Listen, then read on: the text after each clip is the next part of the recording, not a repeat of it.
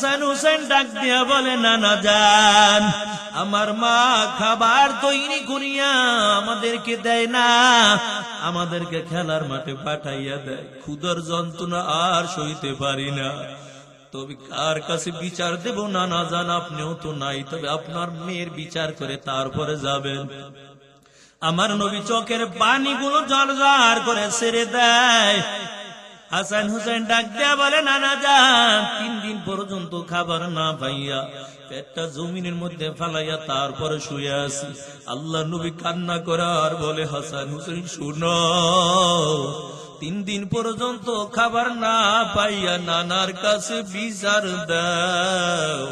নবী পেটের থেকে আস্তে করে জামাটা উঠাইয়া দেয় আর ডাক দিয়া বলে, একটু নানার পেটের দিকে একটু তাকা।